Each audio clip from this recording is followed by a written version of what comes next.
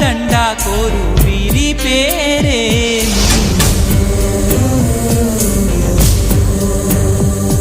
ఇది మనుషులు ఆడే ఆట అనుకుంటారే అంతా, ఆ దేవుడు ఆడే ఆట అని తెలిసేదెప్పుడంట.